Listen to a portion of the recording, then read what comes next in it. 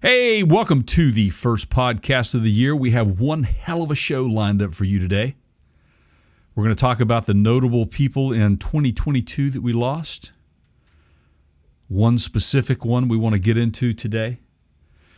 We want to talk to you about maybe a little Ford problem. Ford's got some issues lined up. Going to give you a little insight into the cost of ownership of a Tesla Model 3. Fisker's got a new ride coming out.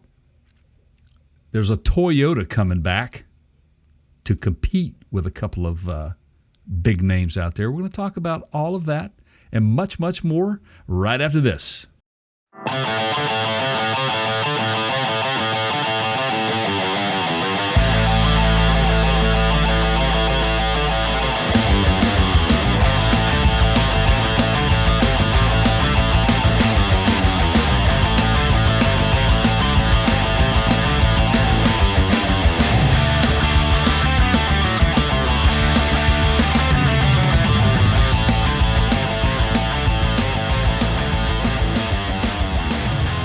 Hey, everybody, welcome into the podcast number 138, number one of 2023. Say hello to my friend and co-host Keith over there. Hey, man.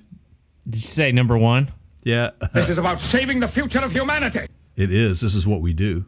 Hey, congratulations. I hear you're finally watching Star Trek Discovery. I am. Yes, thank you so much for that little Picard intro. I am. We're into like season 3 or 4, I think, right now.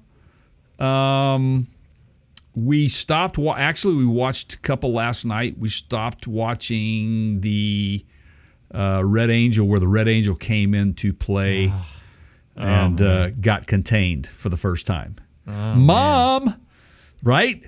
I was like, oh. I was running a bunch of Yo Mama jokes before the show started. Yeah, he was. Right? Isn't that it's such an awesome show. Dude. I'm so glad you recommended that to me, and I'm pretty stoked about this. You know, continuing on watching it, and then moving on into the next couple of ones that are out that I'm anxiously waiting to get to. My wife is like totally on board.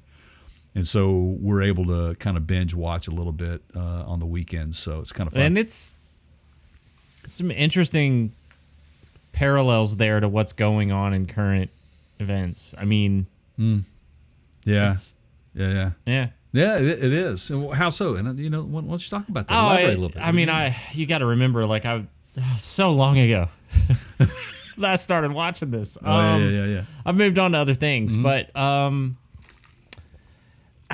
For one thing, the writing style is really different than any of the other Star Trek shows. You know, I mean, they're staying, I think, true to the spirit of Star Trek, but they are just like the first generation or the next generation. Sorry, was it was kind of a new style when you compared it to the original series. Yeah.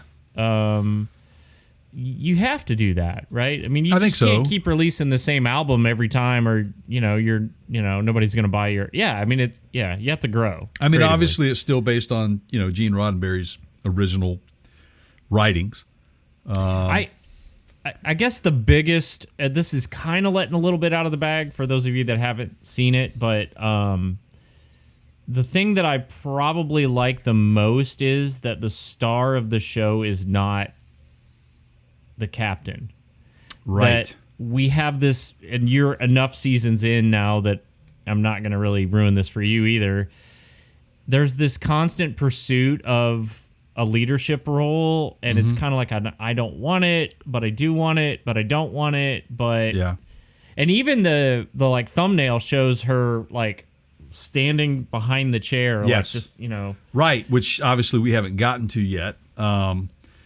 And I don't know where in that becomes. It's all you realize that her role is so big in this. It's you don't have to be the one in charge to make a big difference, right? Correct. I love the time jumping aspect of it. Yeah. Which is so cool. I mean, it totally. I was taken back a little bit by the way that they were able to thread the original series into this. Right. And then now I kind of understand where Worf comes from. Right. You know, I mean, it's so cool. Yeah. I mean, it's just the coolest thing. And so, you know, Keith has been on me for years. He's like, dude, you have to watch this. And, you know, and especially after Picard came out, and because he knew that I had seen Next Generation series. And obviously, I've probably watched every original series Star Trek episode. I would say I am not lying, man. I bet you I have seen every single original series Star Trek episode at least a minimum of 20 times each. Each episode, at least in my lifetime. I've seen them a lot. I don't know that I'm that high, but you know, it used to be on like conventional over the air on like Sunday afternoons, and we, you know, come from church and it'd be on or whatever. Yeah. I mean, it's nightly on H&I. Okay. They run that, then they get into the Next Generation, goes after that. So it's a nightly thing for us. So we stay on top of it just to kind of. I wanted my wife to get into the original series with me because she never really sat down and watched it. She watched Next Generation with me when we first met and got married. You know, obviously got married, and I was, you know, really into it, and she got into it. And then I asked her one day, "Have you ever seen the original series?" And she's like, "No." I'm like, "What? You've never seen?" She goes, "I may have seen a couple of episodes here and there, but I was never really into sci-fi." And so she really got hooked with the Next Generation. And then so as we started watching the original series together, it's clicking. You know what I mean? She gets it. And then now watching Discovery, she's like, whoa, I'm totally, because we're at that point now where she understands where the whole Pike situation, Captain Pike's, you know what I mean? Yeah, and I think, you know, I mean, boy, this is a whole can of worms, but, you know, I've had this struggle for several years now. Everybody goes through these New Year resolutions, and I don't really do that. Like, I try to, if I'm going to make a change, I'm not saying I don't try to improve. I'm just saying I'm not going to wait till January 1st to do it. And right. If I'm going to implement a change, then I'm going to implement it when I decide it's time, and with some urgency, not wait till January 1st. And sure. One of the like struggles that is just an ongoing thing with me is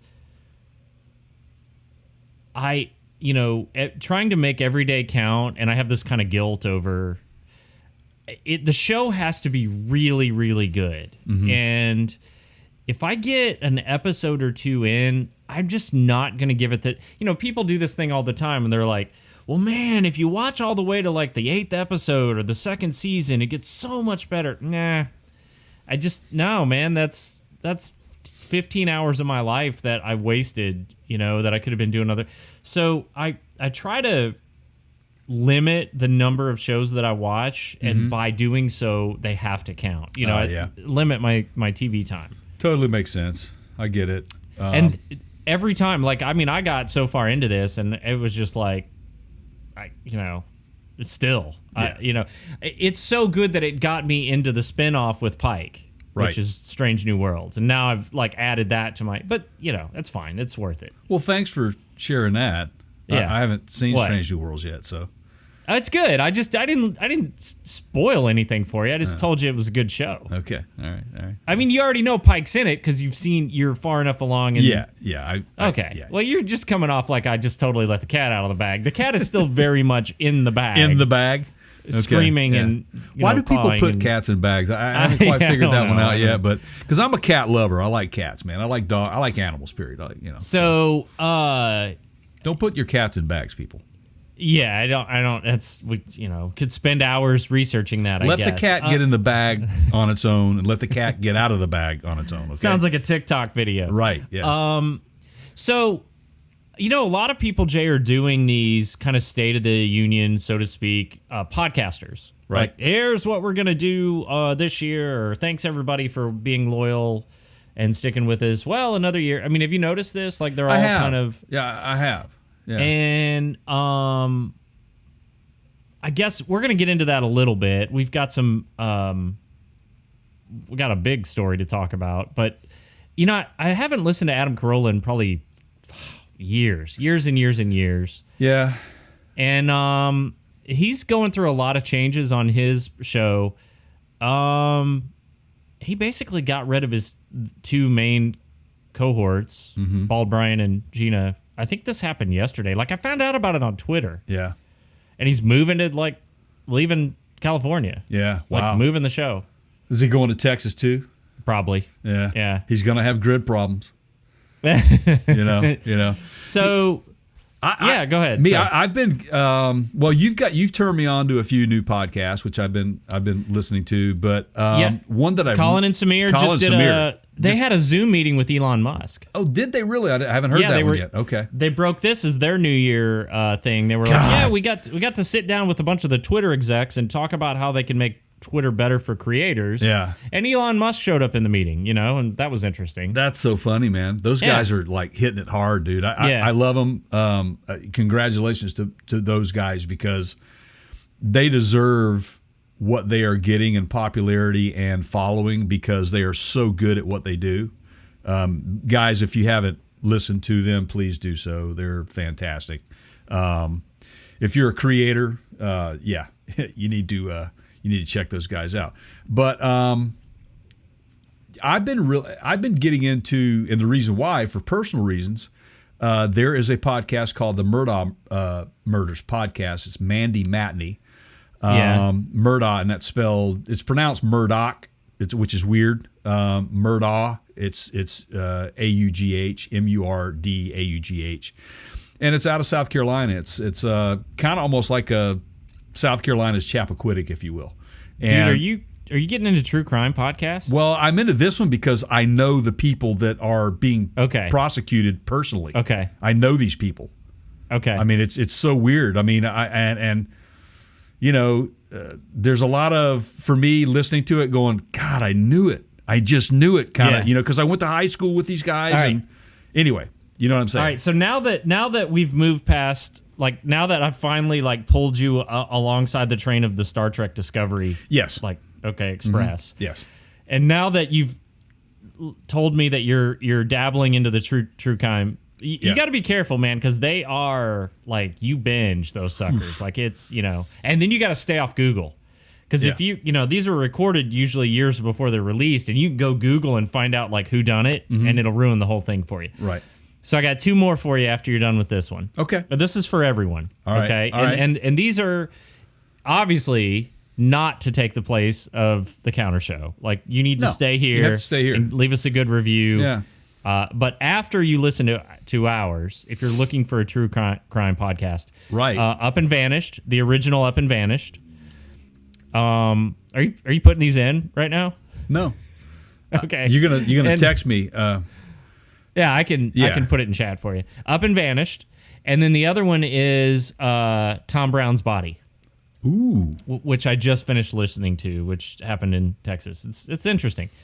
So changes for us, Jay, on this platform this year. There are some minor changes, nothing like earth shattering. We're adapting a little bit as we grow, as we make strides towards more growth. And we're going to stop taking a lot of the video content that we produce from these podcasts and just let these podcasts stand on their own. Yeah, I think so. I think our objective before was to, yes, while the content is worthy of a video,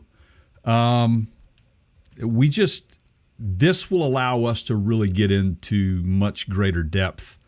So you may see some segments from the podcast out there, guys, on our YouTube channel, which, by the way, you can check us out over at youtube.com/Parts Counter Gurus for any video segments or any of our review videos or videos in general, because Keith and I are very busy with that. We've got product reviews that we've been working on. Keith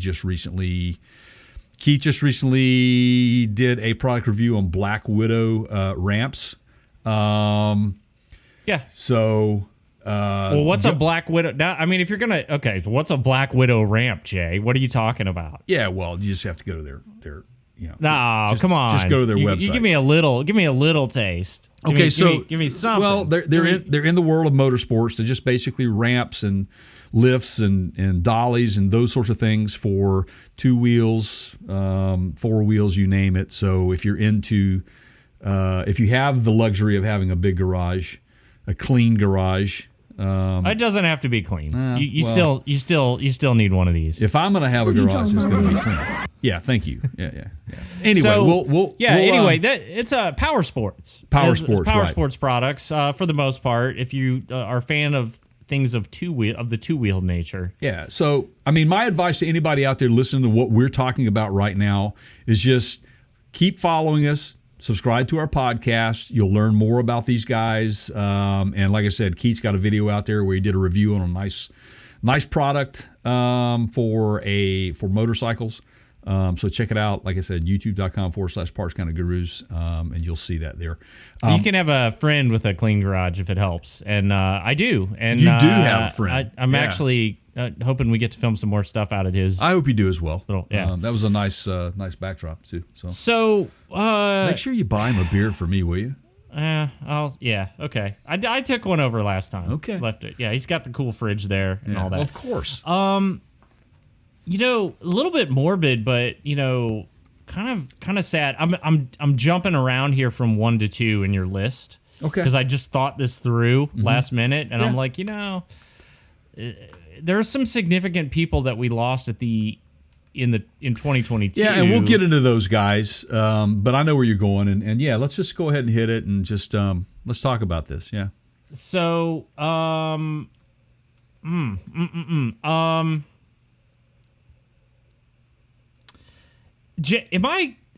there's always this shocker 1 or 2 days into the new year where it's like, right.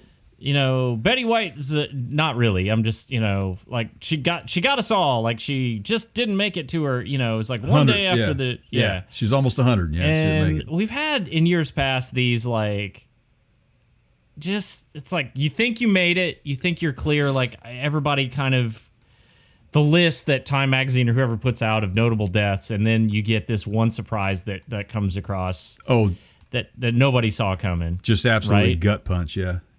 For sure. And so Ken Block passed away on January 2nd. I think was it the first? This was the second, right? Yes, it was. Yep. And this was so Jay and I both knew of Ken. In fact, had just met Ken. Was it 2? Did you say it was exactly 2 weeks to the? It was exactly 2 months to the day. I was looking at that because I was trying to figure out when it was we last saw him. Yep.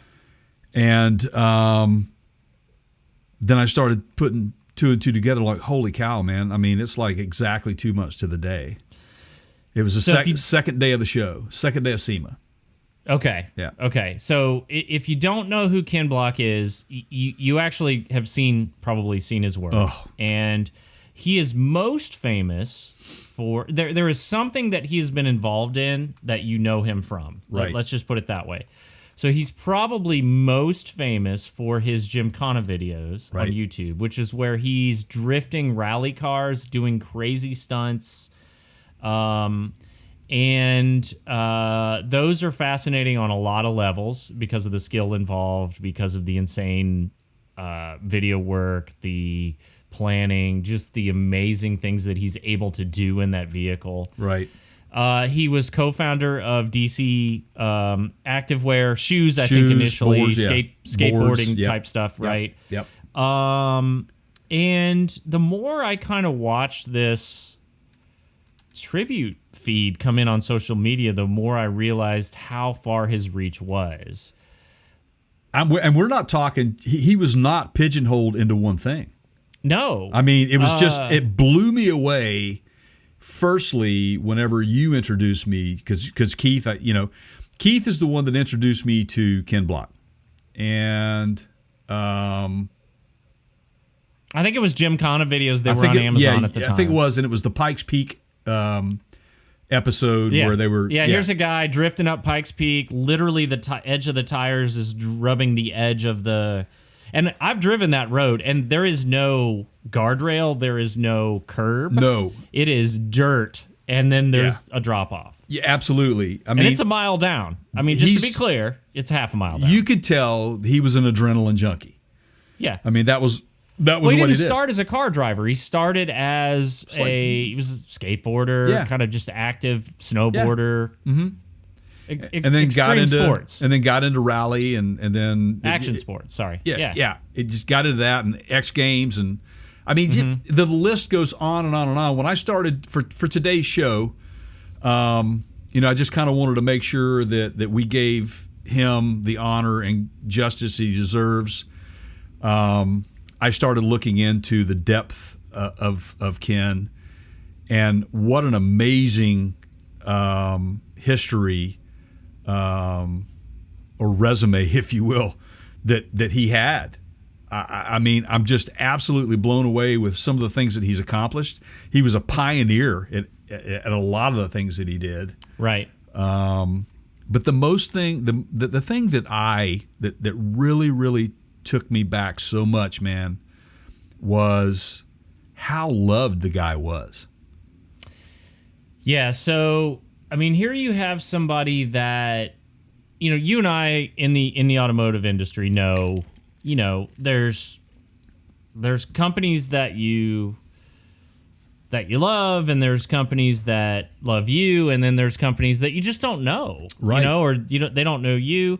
And Tanner Faust is a guy we also ran into at SEMA this past year, and he was doing some stuff for Volkswagen, and he's done stuff for other car companies, right? But I don't think Tanner is as well traveled with everyone from, I mean, just the list of people, Ford paying a video tribute to Ken Block, Hyundai, and you get into NASCAR, like, it's just insane. Like, all the different companies out there, overlanding companies. Anybody that had anything to do with the performance world, GoPro, anything.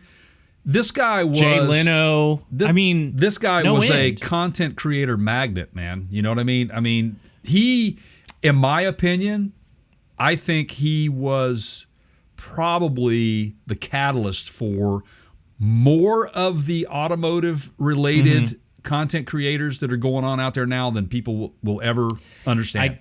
I think you're right. So I put an article on our website over at partscounterguru.com where I tried to speak to that, and you guys are welcome to go read that if you would like. And the thing that I appreciate the most about his legacy, I think, is that, and let me explain what that is. If you go back and you watch the first Gymkhana, which was really, the first two were basically like, they were commercials for something else. They weren't standalone, we're going to perform stunts in a car and record it and then put it on YouTube. Right. And the thing that amazed me about it was so long ago by YouTube standards. I mean, 10 plus years, right? Mm-hmm. And you've got styles being introduced in a medium that we hadn't seen before. You had basically a Hollywood stuntman style movie production on a YouTube budget. That's right. And then that video did so well that they got budget to do another one, and then that one did crazy well, and they got more money, and then they started getting sponsors all the way up until the end. Well, we'll get to that in a minute. But then you have this factor of Ken in a lot of his videos that he's widely known for doesn't even really talk. Right. And there's this magical, like, I could be that guy. Like, there's no voice, and you almost project yourself into the car. Mm-hmm. And so I think his vision of being who he was probably is the legacy that I appreciate the most. So Jay, you follow some sort of racing, right? I do, whether it's NASCAR. Yeah, okay. Absolutely, yeah. So anybody that's a race fan knows, whether it's Formula One or MotoGP or NASCAR or whatever, you rarely, if you could be the best driver in that class and still never win a race that season. That's right. Right? You could be hands down the best, most skilled driver on that Formula One team, right, and yet never win a race. Because it's usually not just up to you, the driver. The equipment certainly is a factor. You know, if the manufacturer's not able to corner, their stuff doesn't corner as well as the other guys, then you're going to suffer there. The race team, right? Like, do they have their act together? Are they dialed in, so to speak? Like, there's all these factors, right? And so you have a guy like Ken who's, no one would argue that he's super talented, but maybe he's not winning every race, and that's frustrating. And then Ken himself even said, the only time I got to have fun was on race day because I wasn't allowed to drive the car unless we were testing it or racing it. Right. Well, what do you do? Right. Which by you pave your own way, so to speak. Mm-hmm. You make your own videos and you go out and you do donuts in the parking lot. Right. Yeah, it's true. And it's funny you mentioned that because I read a few tributes and articles on him since his passing. Mm-hmm. Which, by the way, guys, if you're under a rock somewhere, you don't know this. It was just a freak accident. He was in Utah snowmobiling, and he rolled it. And on his ranch, he posted pictures yep. a couple of days beforehand of all the snow and what they were. Yeah, and I've watched him in action on it. Some of the things he could do on a snowmobile is just insane. No surprise there, right? Exactly.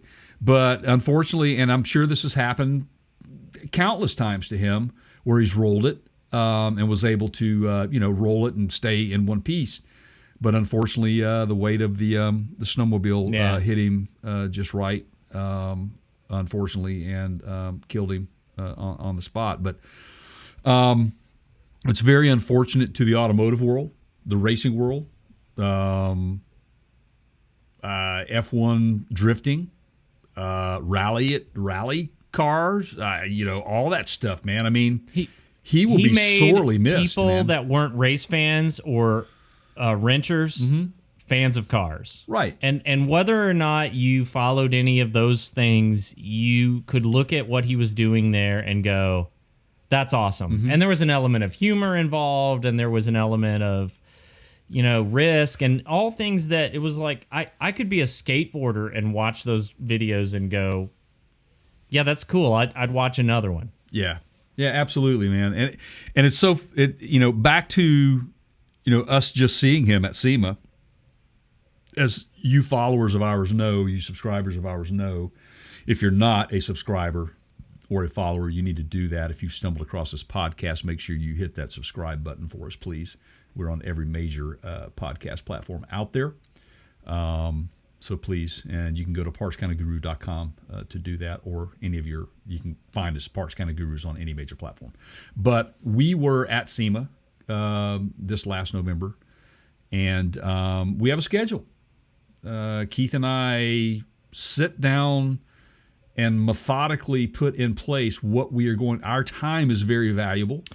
Well, there's so much to get to. If you don't do that, you're not going to get to the stuff you want to get to. No, but sometimes there's a well worth stopping for a second and smelling the roses. And in this particular case, that's what happened. And Keith and I were transitioning from one hall to another. Going over to see over to the West Hall, I think. That sort of overshadowed what we were doing, even in your recollection there. Yeah. Which, I mean, they had him kind of hidden out back. Yeah, it was weird. It was outside, in between the halls. Yeah, and I'm like, well, who is that? That's Ken Block right there, man. We stopped and Keith talked to him. And I was able to get some really nice shots of them. Keith was he was very cool. Apparently, they had said it was a meet and greet, and it was, I don't know what time it was. It was go time for us, but they had said, like, okay, Ken's got to go or whatever. Those guys have handlers, and they had tried to wrap it up. And us, unknowing, just walked past him and it was like, hey, Ken, will you do a picture? And he's like, yeah, sure. Could have said, nah, I got to go. Right. I don't sign those cards, kid. Pull the Jerry Maguire. Right, right. But that's the kind of guy he was, though. That's why I said what I said. It's for that reason why people love him so much, is because he loves you just as much as you love him. Yeah. And that is the spoken truth right there. I can tell you that. He never met a stranger and did not have any enemies as far as I knew. So there's a lot to be said to doing what you want to do, following through with your vision of what you love, and not necessarily letting other people or other companies or the world tell you how to do it. Right.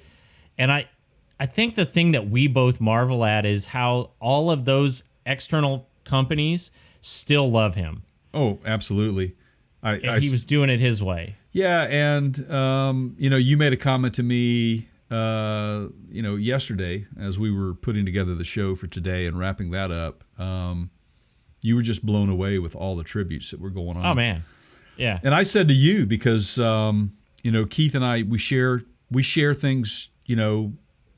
I do some things, Keith does some things, and I really, really troll the socials quite regularly. And, I just wanted to get us out there and showing our appreciation to Ken. So I posted something, and by the way, you can follow us on any of those socials. We're out there. We put it out there. It's Parts County Gurus on Facebook, and it's the Parts County Gurus on Instagram, Parts County Gurus on TikTok, and it's also what else are we on, man? You're asking me? Twitter, we're the Counter Show. Parts County Gurus, but we're the Counter Show as our handle. But I was looking at a lot of the tributes myself and liking them for a lot of reasons, because some of the things that they were saying were very moving. Right. And at one point, I'm looking at my watch, and I'm like, my God, man, I've been doing this for an hour solid. It was like every other post was a tribute to Ken Block. I'm rarely ever on social media, and the one I've said this many times, the one I probably use the most is Twitter. That one I might hit every day or two. Mm-hmm. But stuff like Facebook, I'm just not, I'm on it if I have to be for our stuff. I popped it open yesterday, and, I'm not really in their algorithm. I mean, I guess I am, but I'm not hitting it enough on a regular basis to get like a constant feed. Mm-hmm. And it was 3 Ken Block stories and then an ad, and then 3 more Ken Block stories and then an ad. That's all I got. That was it the whole day. It was just flipping through Ken Block stories. Oddly enough, and I said this to you yesterday, I haven't seen one single story on him on the big 3. Yeah, he did make my Associated Press News daily 2-minute news update that I get, but but that's a little bit of a different audience, I think, than the like ABC, CBS, NBC World News. Yeah, absolutely, right? Yeah. I mean, they typically will cover the notables. I mean, Dale Earnhardt, I remember when he died, they covered that. But, again, what Ken was doing was it's not the NFL. It's not NASCAR. It's not, you know what I mean? So there is you can look at it, the younger crowd doesn't watch. They don't watch the news. They're on social. News, yeah. And he was at 55 years old, very in tune with the younger generations, right? So his last, the last comment that I'll make towards Ken was that he was not done innovating, I don't think. Interestingly enough, the week before SEMA this year, the Hoonigan brand released their Gymkhana video, and they did it in a new way with an electric vehicle. It was the Audi S1. Mm-hmm. They called it the Hoonatron, I think. Yeah, and it's the Electricana. The Hoonatron? Yeah. It was the first EV that he had done any of this type of, whatever you want to call what he does, right. With. And it was completely different and yet similar. And here we have, another controversial topic where we have this very divisive, the auto industry is split. Is it EV or is it not? Right. Here's a guy that just went, yeah, this is good content. I'm gonna go do this with an electric car, and we're gonna make it cool. Right. And I didn't hear anybody complaining. Nobody complained about it, and only Ken can draw you into an EV like that. Right. I mean, what he was doing with that, if you haven't seen that, guys, go to YouTube. It's out there. Just look at Hunatron or Electricana, Las Vegas, Audi e-tron. It's just amazing what he could do. And just, if that doesn't draw you in and go, wow, this is what we can do with an EV. Wow. And already Ford had been doing it with their Mach-E, obviously, but nobody had taken it to this level. Dude was hitting over 150 miles an hour in a parking garage under a Vegas hotel. I mean, how fun could that? I can't imagine how fun that must have been for him to have the streets of Las Vegas, the Strip, to himself. Right. And just smoking tires and burning rubber. And the cool thing about it is really all you heard were the tires and just that famous or notorious sound of an electric vehicle. That just winding up. And it's just so cool, so cool, so cool. I got to do something I've never done before. I'm leaning in. Did you hear that? I did.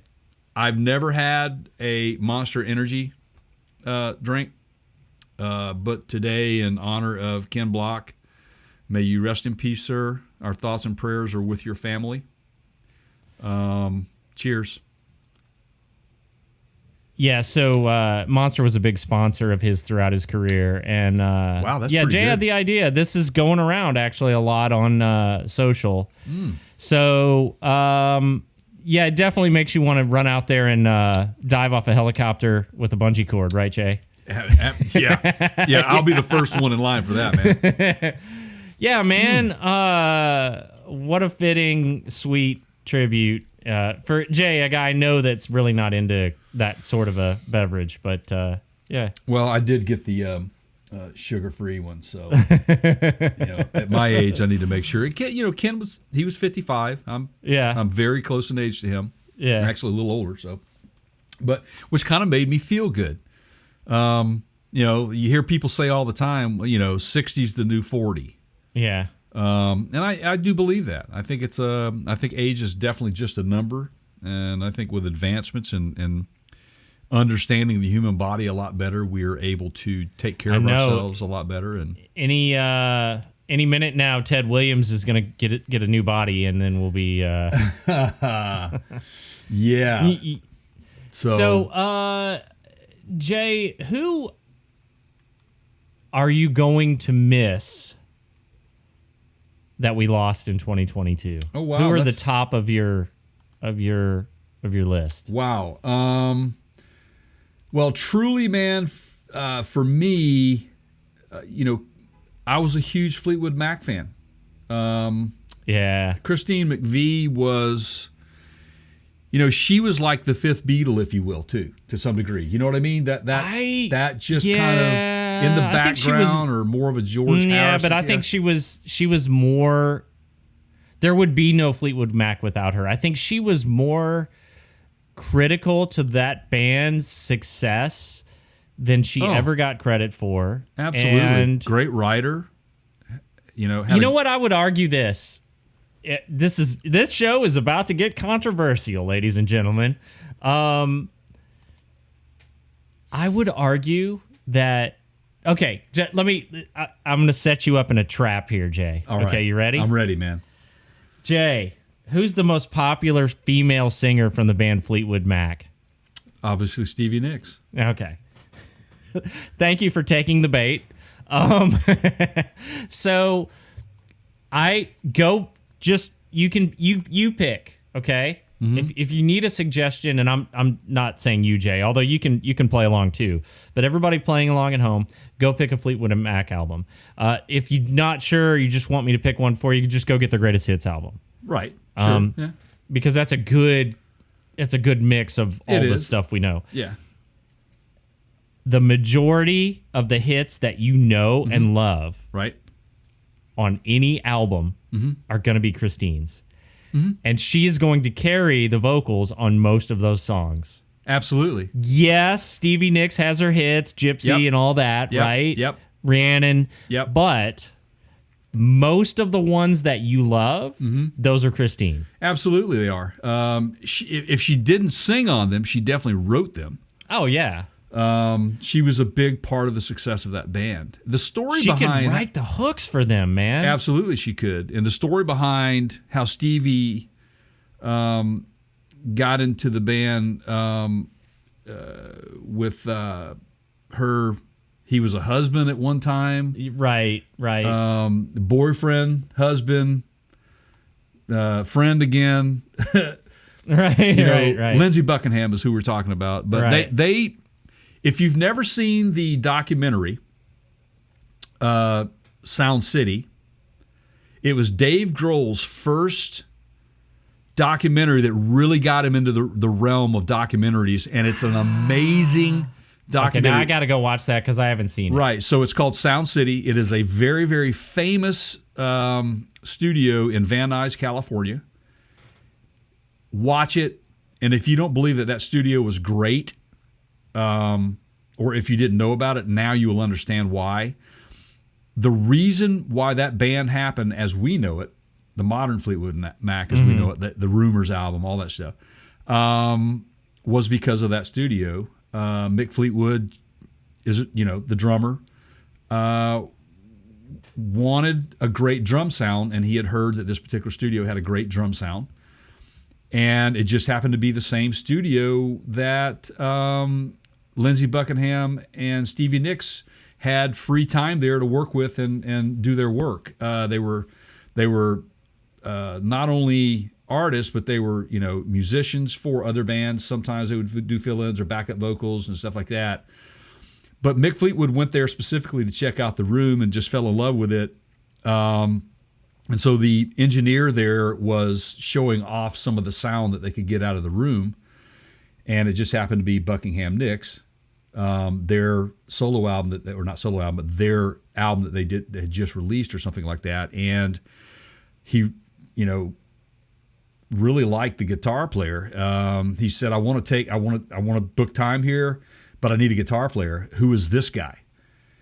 And the engineer said, look, you got to know something, that it's a package deal. He's not coming without her. And Mick said, I don't care. I want him to be my guitar player. And the very first album they did together at that studio was Rumors. The rest is history. Yep. Rick Springfield became very notable out of that studio. Nirvana recorded Bleach there. That is why Dave Grohl wanted to go there and do the documentary on it. But what drew Dave to that, and the reason why the sound was so good, was because of the soundboard. And there was only 2 boards made like that in the world, and it was a Neve board, hand-assembled, created by Mr. Neve himself, that was purchased specifically for that studio. And the studio unfortunately went out of business, and Dave said, I want to buy the board, and he still owns the board today, and he created Studio 666, and that's where they recorded their latter albums with. So go check out Sound City. It's a who's who of artists that joined Dave in this thing. There is also the session CD or album that came from that documentary, which is called Studio 666 Sound City Sessions. Stevie Nicks is on it. Paul McCartney's on it. Tom Petty's on it. You name it. It's an amazing album. It's an amazing documentary. So there you go. There's my 2 cents worth on that. So that's a big one for me also. I can see, that being. So you haven't seen it? You haven't seen the documentary? No. Oh, wow. I will now, though. You are going to love. That's my Star Trek Discovery, Jay. You are going to love it, man. Make so, sure the wife's sitting there with you, because that's tough, because we have so little time to. We have to. It's even more like we started this, and I talked about how scrutinizing I have to be with my show selection. Well, when the 2 of us are, AIS. Do you know what that means?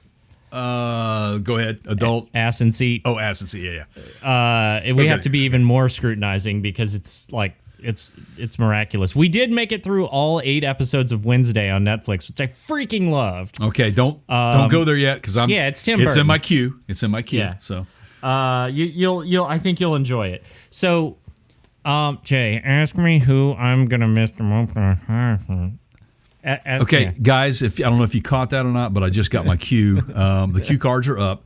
So Keith, who are you going to miss the most? And I'm gonna throw you a curveball here. Okay.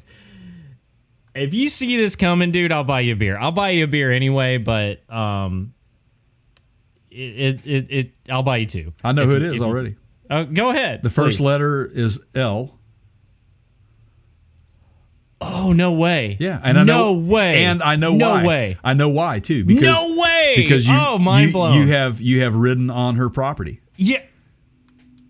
I'm actually, yeah, I thought I had you. Yeah, No, I am know gonna you, miss man. Of the list. This isn't to say that I'm gonna miss the contributions some of these folks have, but Loretta Lynn passed away earlier this year. Yep. I thought that was a sleeper. I thought you would have gone right over that. Absolutely not, dude. I mean, Yeah, I know she's pretty iconic, and I know you also being a country music fan, a writer, you understand the contributions to music that she paved. She's another pioneer in her industry, right. Okay, just like Ken Block was, yes. And above and beyond that, did have access to ride on her property, trail ride. Now, that still goes on. I think the family runs it, but things will change. You know, she's not around anymore to sort of keep the guardrails up. Yeah. Wow, Jay, that is...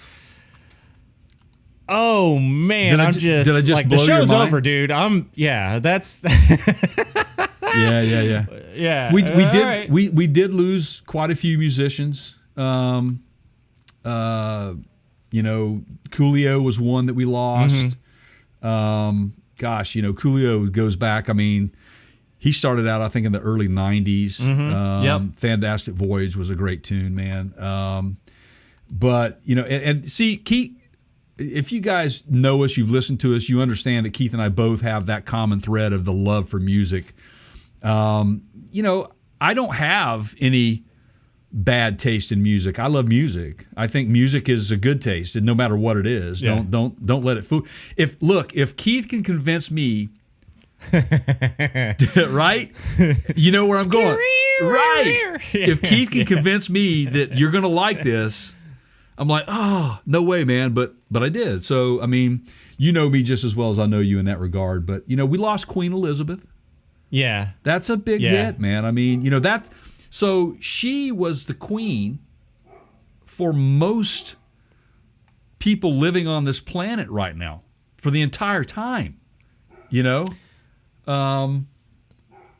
you're go watch Meghan and Harry, and you might have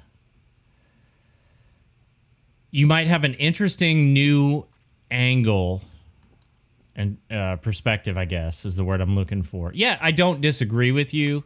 That miniseries also on Netflix, which we are not sponsored by yet. Hey, man, we're going to be on a little Netflix. bit of that. Yeah, we're going to be on Netflix. We're going to have our own podcast on Netflix. But you know who is still around, thankfully? Snoop Dogg. Snoops. My man. So on this very program, and if you're a follower or subscriber, you already know this, but we talked about Snoop's new cereal a while back, which he at the time called Snoop Loops. Yeah. And that's Loops with a Z, Loopz. Right. And it seems Snoop's in a little legal trouble with, is it Kellogg's that makes Fruit Loops? I think it is Kellogg's. Yes, it is the Kellogg's. Toucan isn't happy, Jay. Yes, I know. Toucan Sam's lawyers reached out to Snoop's people and said, ceased and desizzle. The sizzle. I love it, man. Him and Master P, they have a goal in mind, and we know that. But Post is on their side, okay? So when Kellogg's wouldn't help them out, Post has stepped in. And that's right. So Snoop's Loops is going to be made by Post, and so they're being forced to change the name because, again, Toucan Sam got involved and said not so fizz-assed. Right. That's hilarious, man. But yeah. But he and so what do? you get, let's call it simple.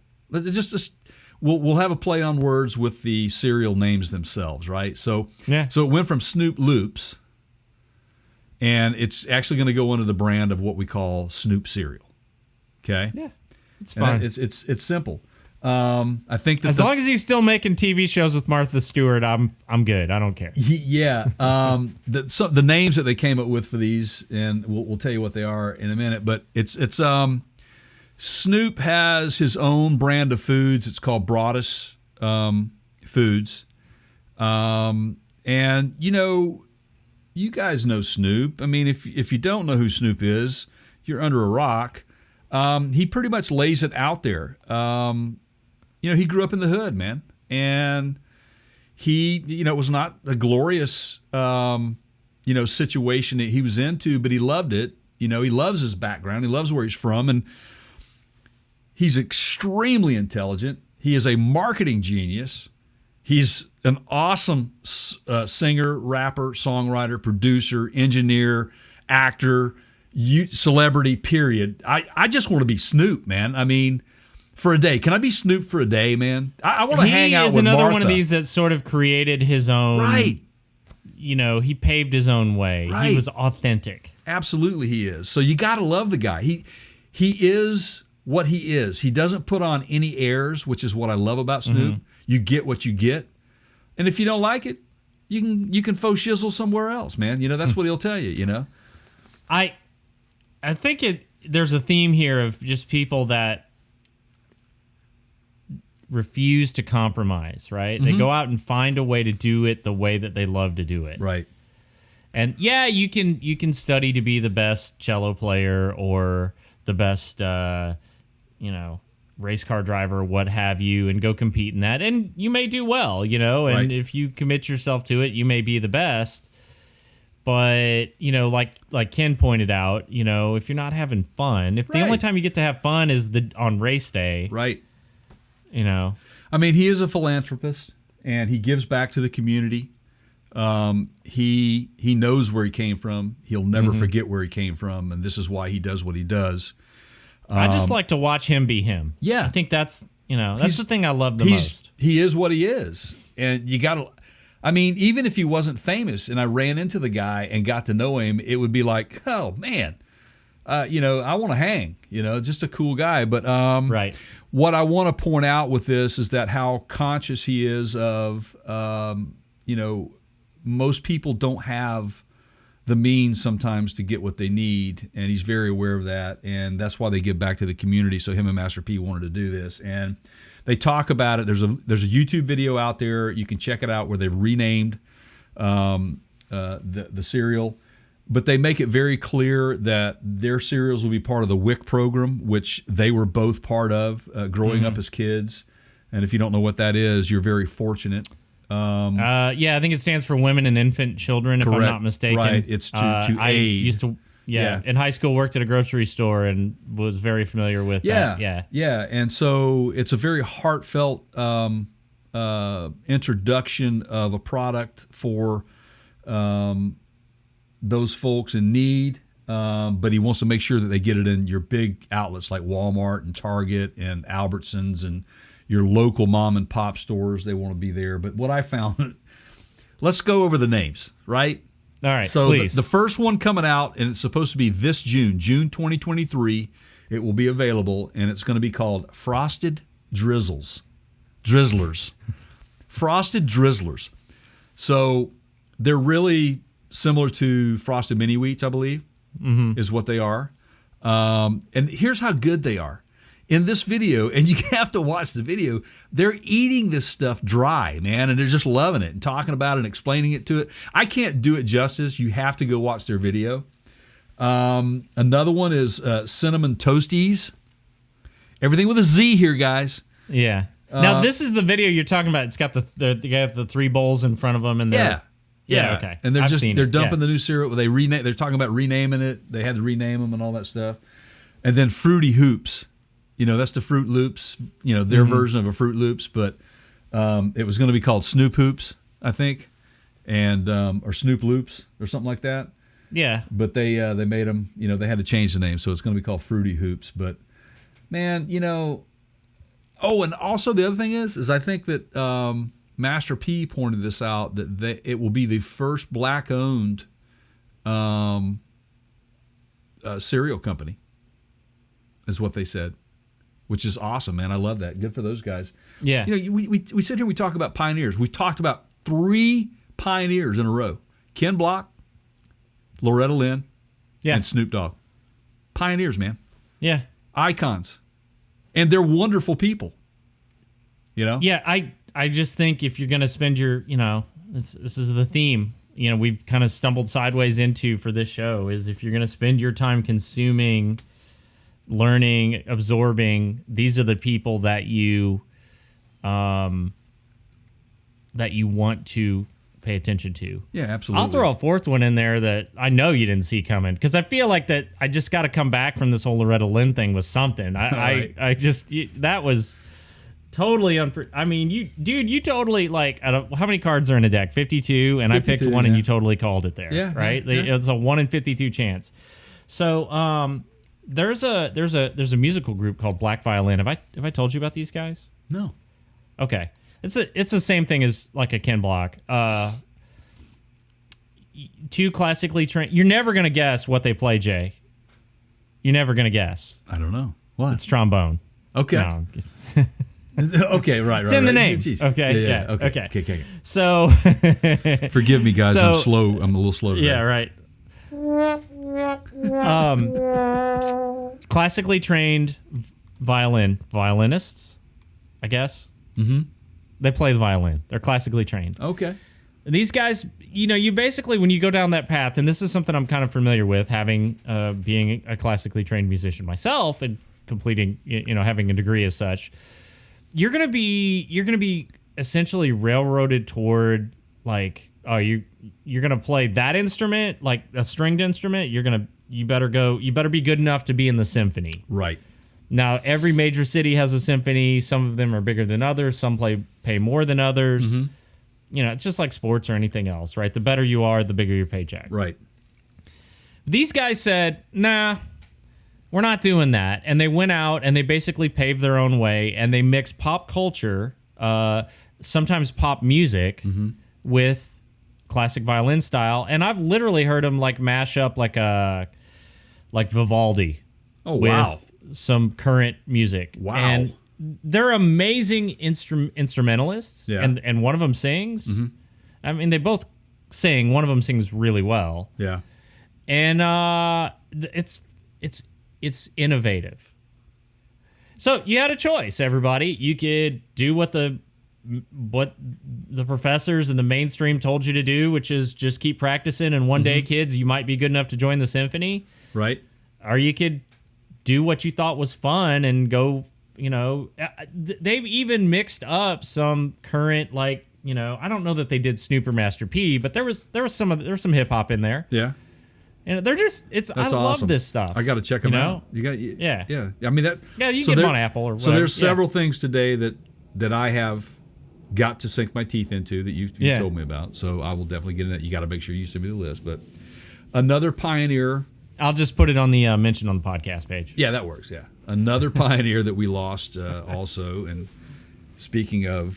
we were speaking of Star Trek earlier, the original series. We lost Nichelle Nichols, who was Lieutenant Uhura. Yeah. On the original series Star Trek. Yeah. Which I just know her from the Deadpool movies, but oh, okay. Really? Yeah.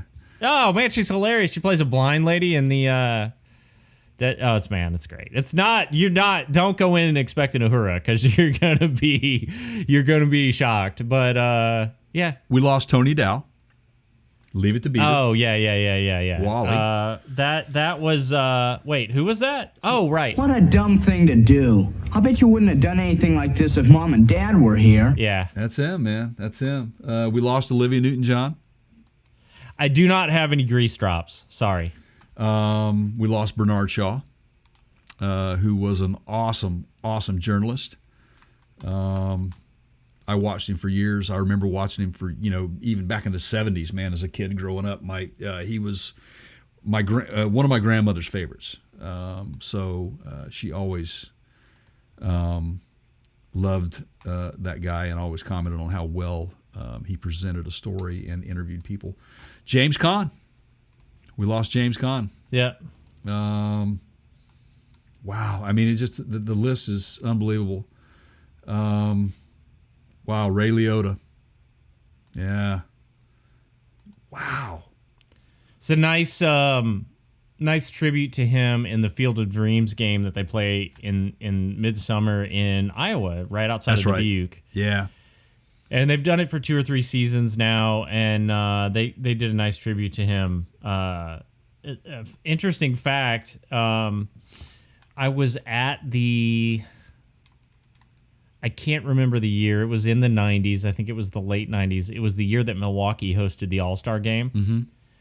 It was famously also the year Bud Selig called a tie at the end of the game, which did not go over well. Yeah. And that's an understatement. But Right. Ray Liotta did the emceeing of that game. Did he really? Yeah. Did not know that. That's crazy, Yeah, man. I I had was no there. idea. That's pretty well. I loved him in Goodfellas.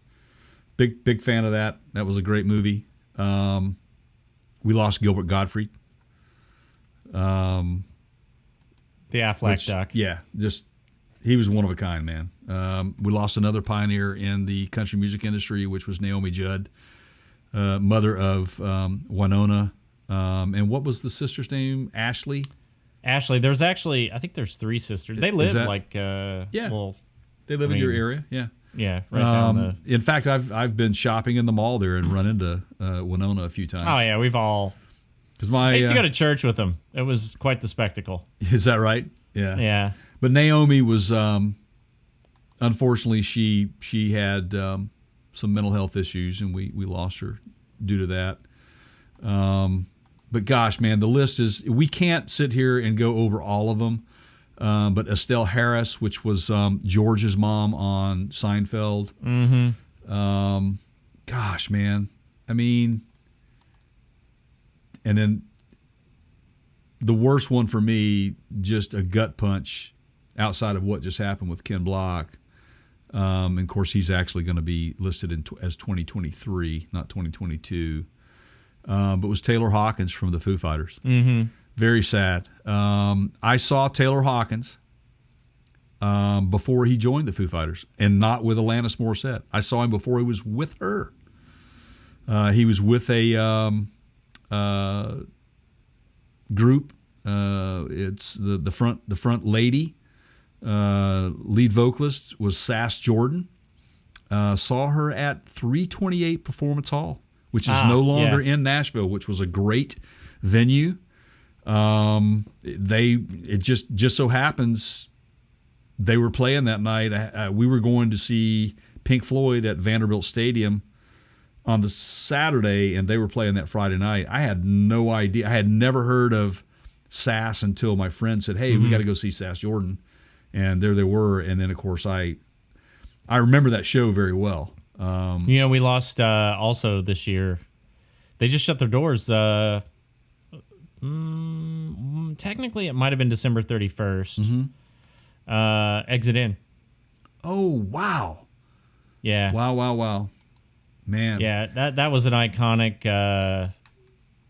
If you don't, for those of you listening that are not familiar with Nashville, first of all, you're welcome to visit, but you can't stay more than a couple days. Mm-hmm. And second, the Exit In was, decades and decades long. There's one of the Police albums, like the Police, like Roxanne, right? Like Don't Stand So Close to Me, and all where Sting is wearing an Exit In t-shirt. I can't remember which album it is, but it's one of them. Pretty famous. Yeah, I've seen quite a few shows there.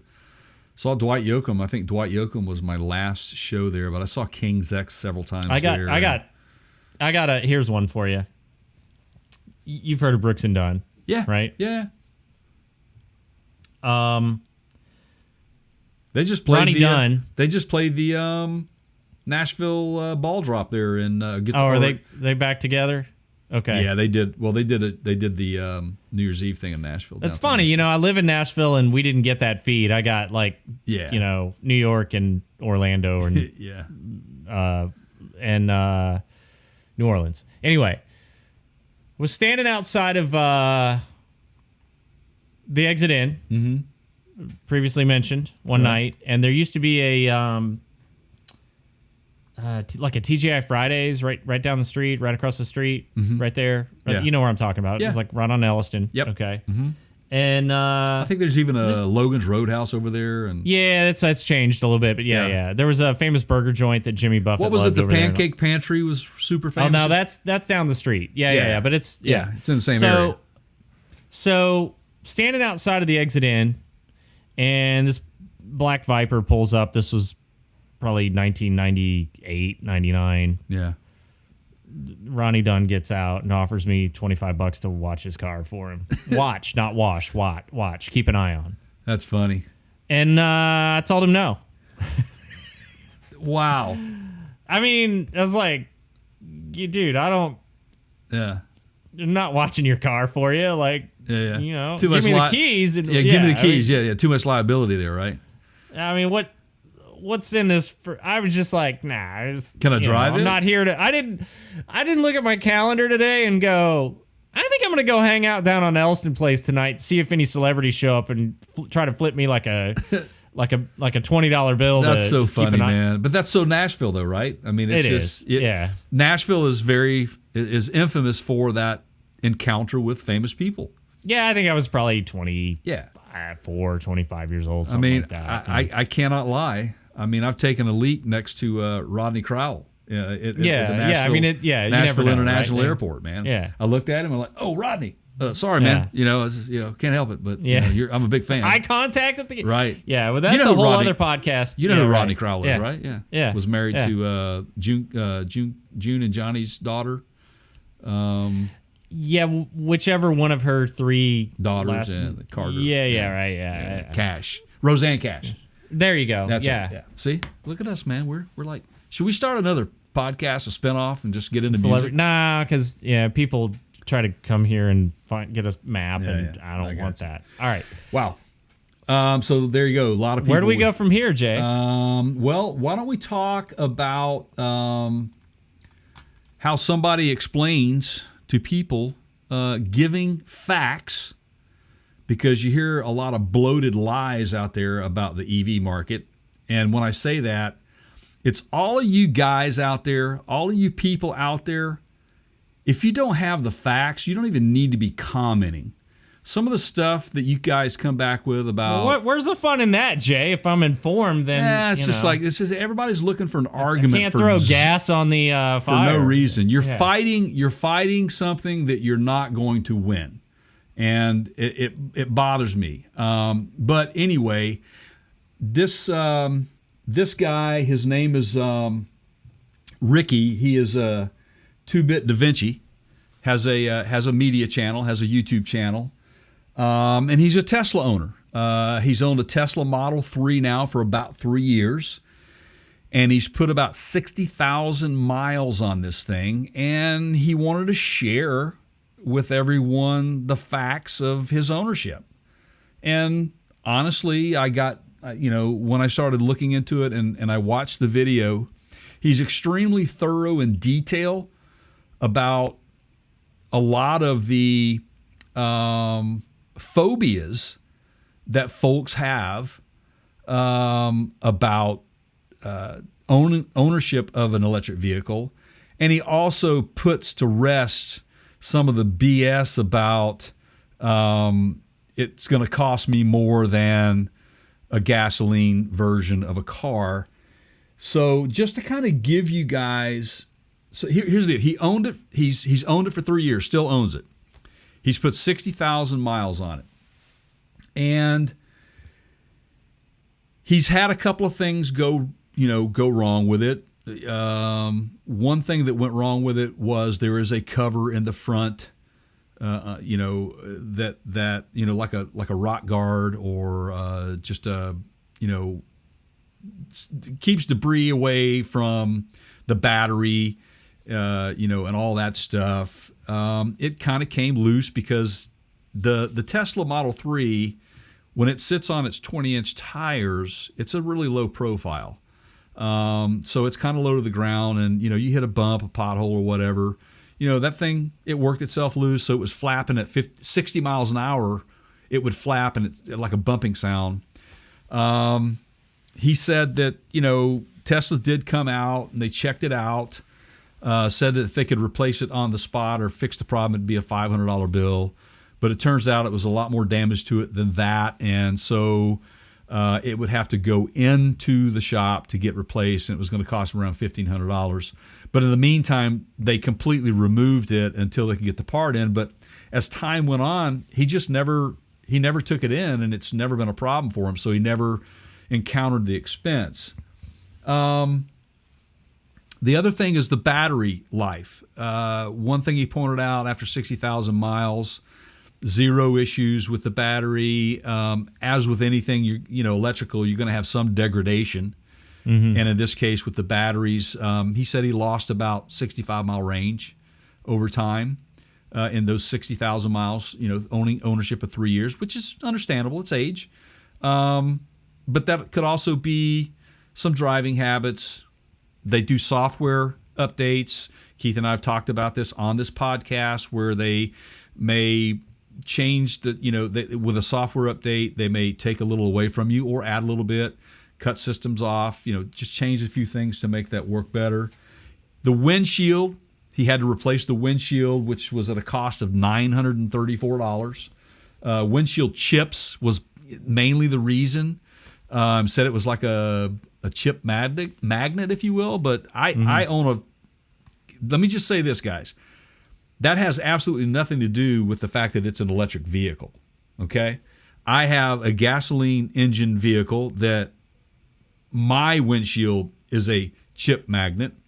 Here's why. Because it actually has the same profile as the Tesla. So it's slanted way back, real aerodynamically. So when it hits in a way, and you get chips all over the place, man. Imagine owning a... right. Class A motorhome with completely vertical windows that right. Are, by the way, not $900 to replace. They are thousands of dollars to replace. And it's literally a wall going down the road, and anything that bounces off the pavement is coming up at you. Absolutely, man. That's always fun. Chip, crack, whatever. I remember the vehicle that I'm talking about that I have chips in my windshield now. I owned that vehicle for 2 weeks. Got a spider crack right in the middle of the windshield like 2 weeks after I bought the vehicle, and it's still in the same position. It's got the factory windshield. It never propagated in any direction other than where it was at, so it stayed. Well, you can buy, and I've done these. We should try some of this and do a review on it. But you can buy the.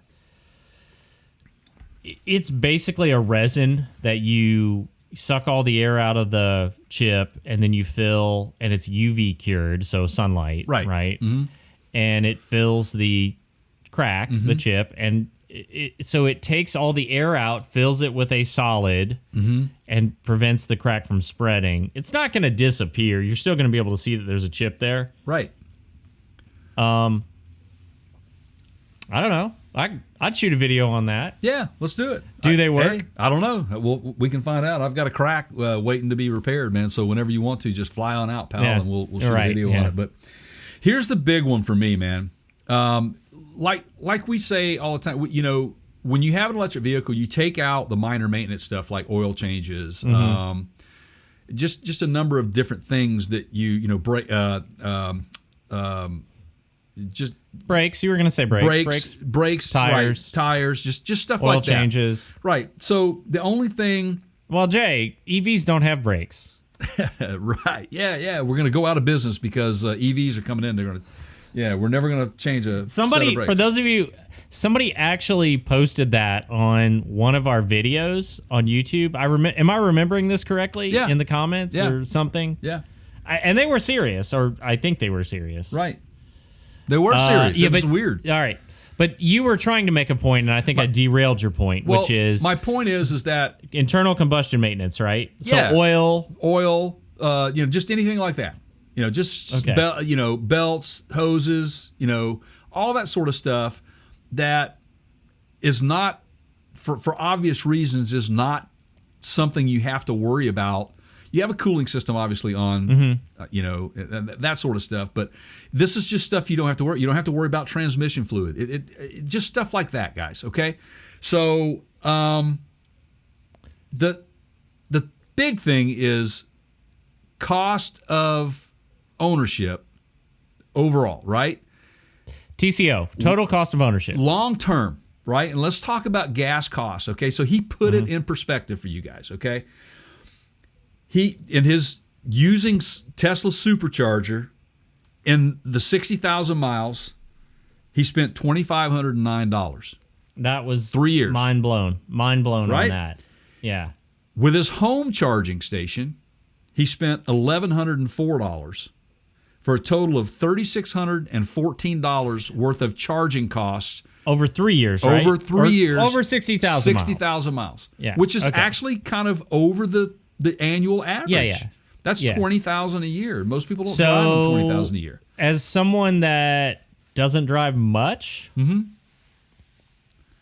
well, we take long trips. Yeah. So, but I'm not factoring that vehicle. Well, I don't own that vehicle anymore. Well, let me give you the comparison though. The vehicle that he traded in to buy the Tesla was a Honda Civic, and it got 30 miles to the gallon, but its cost over that same amount of time would have been $9,000 in fuel cost. He still owns his Honda Pilot that gets about 17 miles to the gallon. That cost would have been $16,000. Do the math, guys. Okay? Do the math. Yeah. I mean, it's the ownership cost. Yes, the vehicle itself is a high cost, but you pay for quality of build. And well, it's just apples and oranges. I mean, the maintenance is completely different. And the thing that everybody always goes to is what's it going to cost to replace those batteries, which is a fair argument. It is. Are you going to keep the car that long? Because the average time that people are holding onto these vehicles is typically less time than it would be for you to have before it becomes time to replace the battery. Exactly. I think that they are saying with most EVs, you're looking at 150 to 200,000 miles. You may have to start looking at a battery. Now, if that comes before the years, maybe not. I don't know. But because obviously seasons, temperature change, a lot more summers and winters than you normally would have if you put a lot of miles on it. It has, it affects the degradation of the battery as well. So you have to take all that environmental stuff into consideration when it comes to that. But if you maintain your vehicle properly and do all the right things, you should get, out of it a quality purchase, in my opinion, a quality experience, I think. And he's proving this with this. Now, not everything was positive. There were certain things he didn't like where Tesla has this tendency to upgrade the software.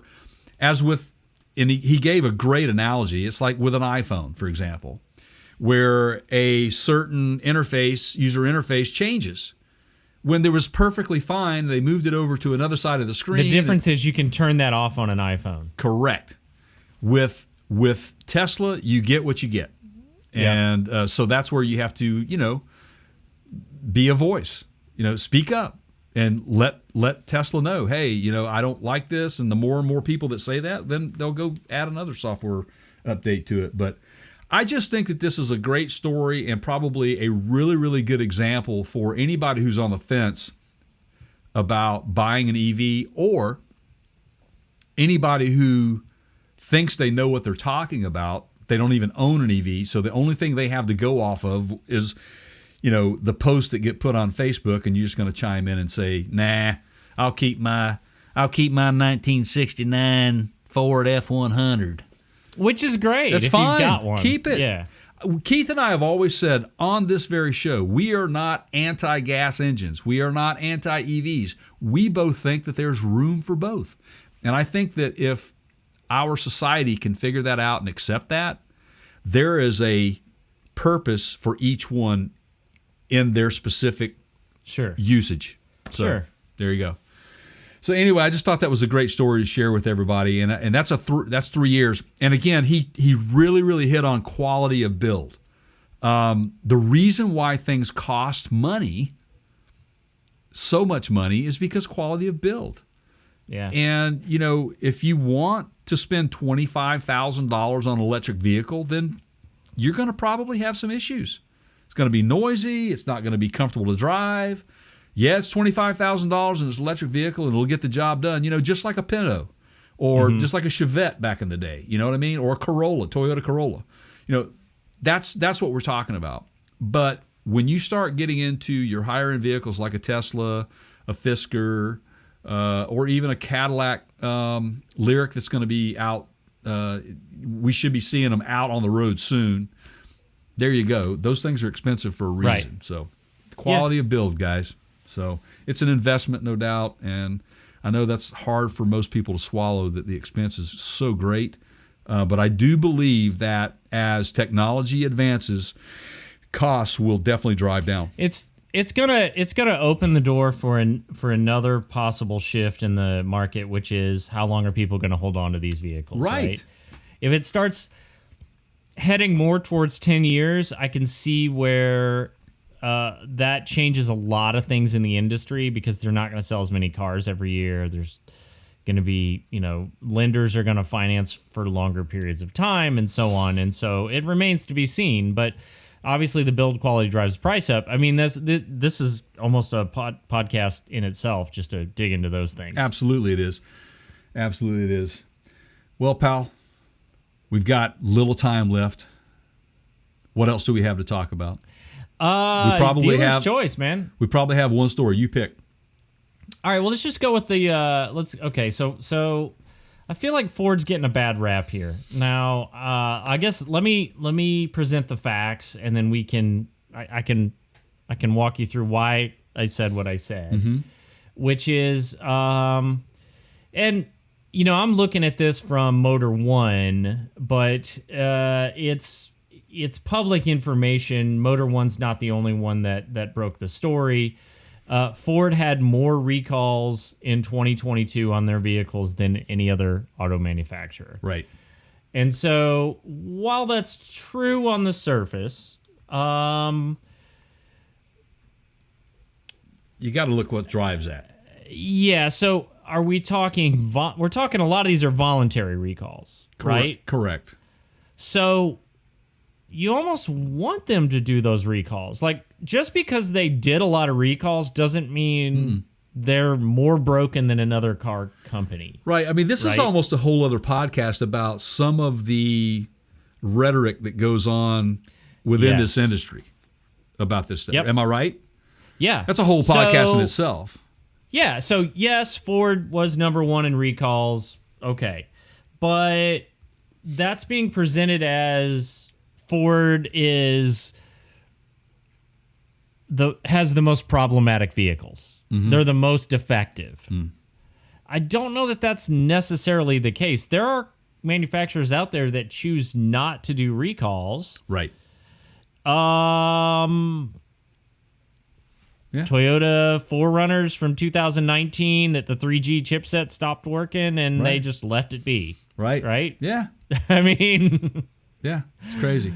So I personally see it as a good thing that Ford is doing the recalls, especially the volunteer.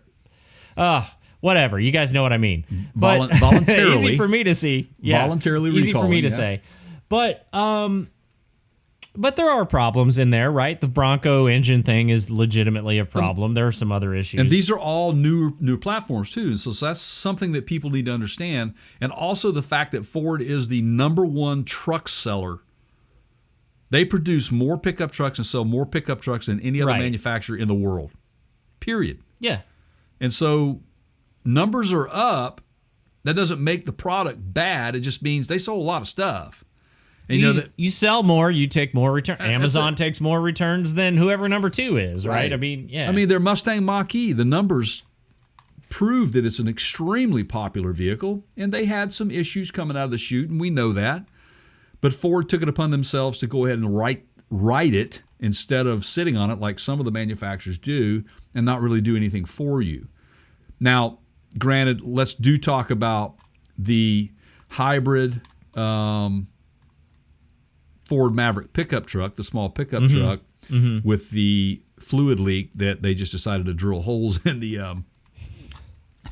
that was that was an actual recall or a fix, infield fix. Yes, and if you don't know what Jay's talking about, I don't remember the podcast number, but we did get into this in a previous podcast, and those are over on our website at partscounterguru.com, podcast tab. That's it. So I think really what would be more interesting, and I know this is kind of clickbait, but it's the reliability survey. If you really want to talk about which brands are the best or worst, you need to have a reliability study. Right? Absolutely. That's going to tell you who makes junk and who makes good stuff. Exactly. That's exactly right. And I think that, again, this is Motor One, and you kind of have to take it with a grain of salt. You need to really read the article, do your own homework and assessment of that, and understand that, they had it for reasons other than they're just a horrible company. They're not a horrible company. They make quality product. They have been for years, or else they wouldn't be number one in the industry in the pickup sales for decades now. So there you go. It's a spin on something, I think. You just have to be careful on how you read into things, and they could have probably titled that a little bit differently, I think. Well, but then you don't get the views, and This is true. It's kind of what we do, right? You guys, Jay and I, so there's this unsaid sort of on out loud.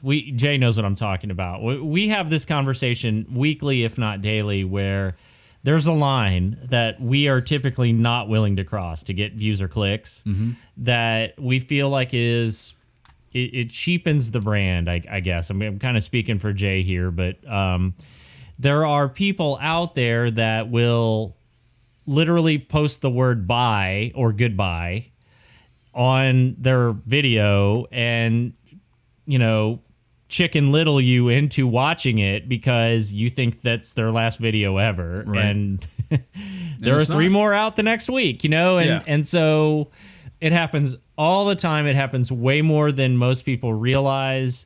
I'm sure some of you do realize it. And it's the more subtle stuff like this that, it's in a gray area. Are you willing? I guess how you title it determines views. We know, Jay and I know this. We talk about this all the time. It just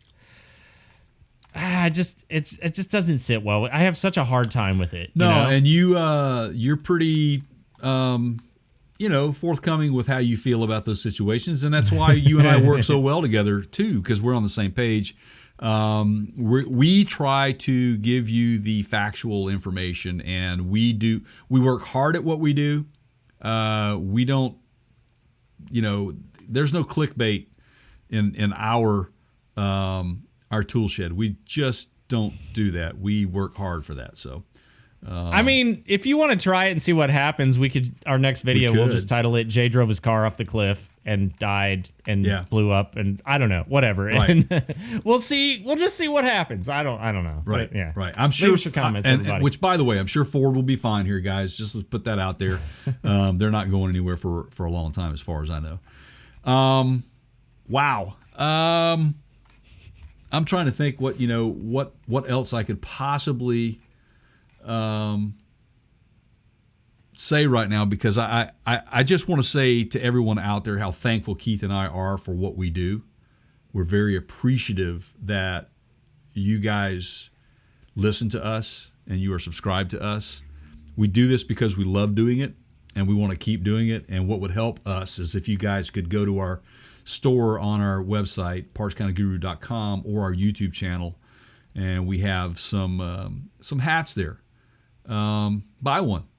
By buying one, it helps us out. It helps us keep this rolling. And we got some new and exciting things coming this year. We hope that you'll enjoy it.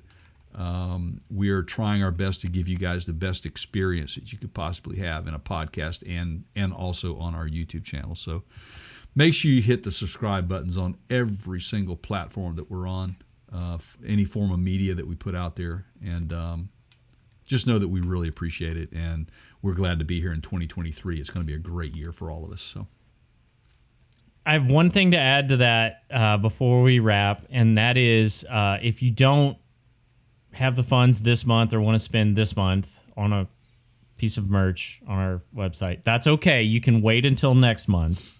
Give you a one-time pass here. But how you can help in the meantime for free is go leave a review on whatever podcast platform you're listening to this on. Be nice, in the words of Patrick Swayze from Roadhouse. Right. Be nice. That helps us get noticed by... Podcasting is different than other social media. If our video does well on YouTube will refer it to other people, but potential viewers. But podcasting doesn't work that way. You either have to tell somebody directly, like we did to you all at the beginning of this, where we listed out a bunch of podcasts to go listen to, or you can leave a review and that refers you out. So please do that. Yep. So that said, I echo Jay's thoughts. Thank you guys for making us a part of your lives. We do appreciate it, and it's been a really fun ride. I can't wait to see. We know some of where it's going next, but I can't to see where the rest of it goes that we don't yet know. Yeah, we've got some exciting guests coming up. Yeah. Yep, we do. That's true. And maybe we just tease it and leave it at that very soon. This is ironically something that I caught on to, and I thought, I'm going to use that one in a future podcast, but it was before we got the news of Ken Block. And I just thought how fitting that I had it kind of teed up, and then this whole tragedy happened. And so here it is, and this is going to be a little different than I normally present these, but there's a reason. So put your happiness in the things of today, everyone. Don't wait until tomorrow. And I don't say that from the perspective of not knowing whether you will be here tomorrow or what tomorrow brings. But I think if we look at people like Ken, he made every moment count, and how he lived his life was a real quality example. He did things he loved. He put his happiness in the things of today, and he didn't put off happiness until tomorrow. And I think that is the one thing you want to try to adopt this year. I hope you'll try me on that and see if it doesn't improve things. So there you go. Sounds great. Until next time, which is going to have some interesting, exciting guests. That's my pal Jay over there. I'm Keith. Make sure you guys are subscribed. We'll see you on the next one.